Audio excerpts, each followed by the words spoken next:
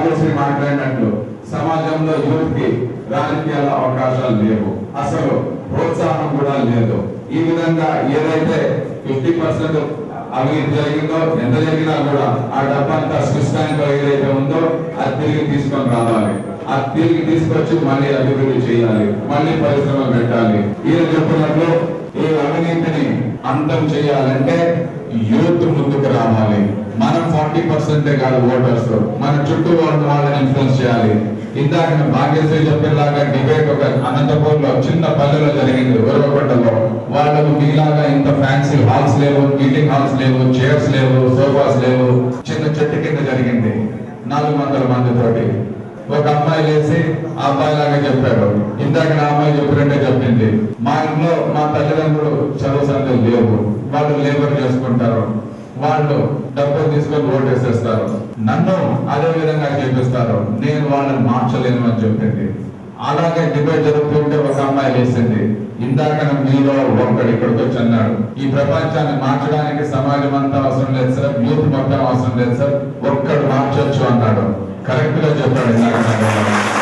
ఎందుకంటే ఆ విధంగా ఆ అమ్మాయి ఆ రోజు చెప్పిన జవాబు ఏంటంటే, ఇది పెద్ద సమస్య కాదు సార్, ఓట్ అనేది 5 ఏళ్లకు ఒకసారి వేస్తారు, మా ఇంట్లో మేము కలిసి భోజనం రోజు చేస్తాం, నేను 2 పూటలు పస్తున్నానంటే మా అమ్మ మారుతుంది నా కోసం, నేను మా అమ్మ 2 పూటలు పస్తున్నామంటే మా నాన్న మారుతాడు, మా అమ్మ మా ఇల్లు మారుతుంది, మా ఇల్లు మారిందంటే 10 ఇళ్ళు మారుతాయి, 10 ఇళ్ళు మారిందంటే ఒక ఊరు మారుతుంది, 10 ఊళ్ళు మారాయంటే ఒక సమాజం మారుతుంది. కాబట్టి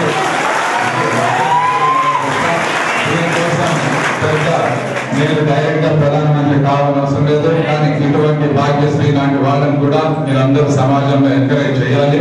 ఎందుకంటే ఇట్లా ఇష్యూస్ మీద వీళ్ళు వాళ్ళ లైఫ్ సాక్రిఫైస్ చేసి మీలాంటి వాళ్ళ భవిష్యత్తు గురించి ఆలోచిస్తున్నారు. మీరందరూ కూడా నిర్లక్ష్యం చేయకూడదు ఇష్యూస్ ఇవన్నీ. మీరు చదువుకోవాలి, బీటెక్ చేయాలి, టాలెంట్ ఉండాలి. మీరు బయట అడుగుపెట్టిపోయే ప్రపంచంలో టెక్నాలజీ అనేది చాలా మేజర్ ఇష్యూ, చేంజ్ అనేది చాలా ఫాస్ట్ గా వస్తుంది. ఈ రోజు ఒక టెక్నాలజీ ఉంటే రేపు మారిపోతుంది. ఈ రోజుల్లో సెల్ ఫోన్ లో, SMS లో, ఇంటర్నెట్ లో, ల్యాప్టాప్ లో స్పెండ్ చేసినంత టైం సోషల్ లైఫ్ లో లేదు. టీవీ ముందు స్పెండ్ చేసినంత టైం పర్సన్ లో లేదు. కాబట్టి ఈ సోషల్ మీడియా దాంట్లో ఎంత ఎంగేజ్ అయితే మనం అంత యాంటీ సోషల్ అయిపోతున్నాం. ఇట్లాంటి చేంజెస్ కూడా వస్తూ ఉంటాయి మీ సోషల్ లైఫ్ లో టెక్నాలజీ వల్ల. రాజకీయాలనే కాదు, ఈ అవినీతి మీద ఏదైతే మీ భవిష్యత్తు ఉందో దాని మీద ఉద్యమించాలి. ఇవన్నీ చేసి మీరు మీ భవిష్యత్తు కాపాడుకోవాలి.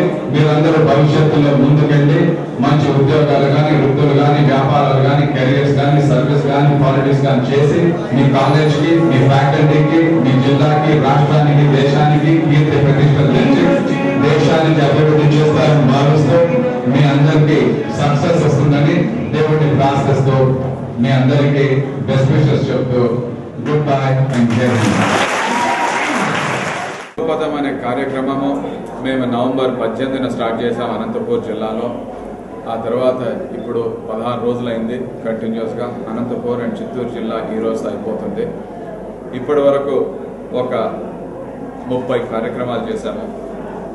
ఒక 20,000 కంటే ఎక్కువ మంది స్టూడెంట్స్ అండ్ యూత్ తోటి ఇంటరాక్షన్ జరిగింది. ఈ కార్యక్రమము పార్టీలకు, రాజకీయాలకు, కులాలకు, మతాలకు, ప్రాంతాలకు అతీతంగా చేస్తున్నది. ఇది యువతను ఉద్దేశించి 18 నుంచి 30 ఏండ్ల వయసున్న యువతను ఉద్దేశించి చేస్తున్న కార్యక్రమం. ఎక్కడ చూసినా కూడా 3 అంశాలు క్లియర్గా వస్తున్నాయి. ఈ అవినీతి మీద ఉద్యమించాలి అనేది మాత్రం చాలా స్ట్రాంగ్గా ఉంది. ఈ నిరుద్యోగ సమస్యకు ప్రభుత్వమే బాధ్యత వహించాలి, పరిశ్రమలు తీసుకొని రావాలి. ఎందుకంటే పరిశ్రమలు రావాలన్నా, విద్యుత్ ఉండాలన్నా, దానికి పెట్టుబడులు రావాలన్నా, వాతావరణం ఉండాలన్నా, ఇండస్ట్రీస్ అట్రాక్ట్ చేయాలన్నా, ఇవన్నీ చేయాలంటే దీనికి ఒక ప్రభుత్వం సమకూర్చాలి. రెండోది, ఈ బ్లాక్ మనీ గురించి కూడా మాట్లాడుతున్నారు యూత్, వాళ్ళలో అవేర్నెస్ ఎక్కువ ఉంది. ప్రత్యేకంగా ఏదైతే స్విస్ బ్యాంకులో బ్లాక్ మనీ ఉందో అవన్నీ తీసుకొచ్చి పరిశ్రమలు పెడితే మళ్ళీ మాకు ఉద్యోగాలు వస్తాయి కదా అని కూడా అంటున్నారు. రోజు రోజుకి యువపదం చేసే కొద్దీ నాలో కాన్ఫిడెన్స్ లెవెల్ పెరుగుతుంది, ఈ యువతలో మార్పు వస్తుంది, చేంజ్ వస్తుంది, సామాజిక సమస్యల మీద వాళ్ళు ఉద్యమిస్తారు, ప్రత్యేకంగా అవినీతిపై పోరాటం చేస్తారు. రెండోది, నిరుద్యోగ సమస్యపై ప్రభుత్వం యాక్షన్ తీసుకోమని, స్విస్ బ్యాంకుల్లో డబ్బులు తెమ్మని వాళ్ళు ఏదో విధంగా ఉద్యమిస్తారు. ఇప్పటి వరకు వాళ్ళు రోడ్ల మీదకి రాలేదు. మేము చేస్తున్నది ఏదో హైదరాబాద్లో కూర్చొని ప్లాట్ఫామ్స్లో కూర్చొని జెండాలు తిప్పుతూ స్టేట్మెంట్ ఇచ్చి మీడియాతో మాట్లాడటం కాదు. మేము చేస్తున్నది real grass root hands on work.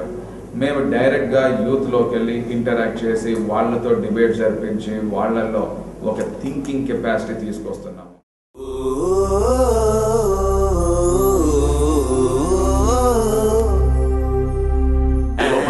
యువపథం యువపథం యువపథం యువపథం యువపథం యువపథం యువపథం Vande యువపథం.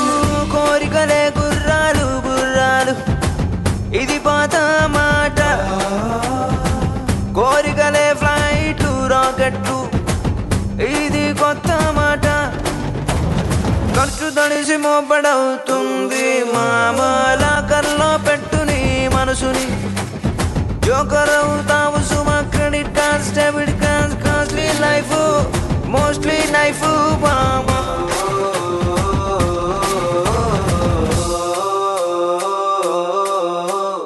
Vande యువపథం Vande యువపథం Vande యువపథం.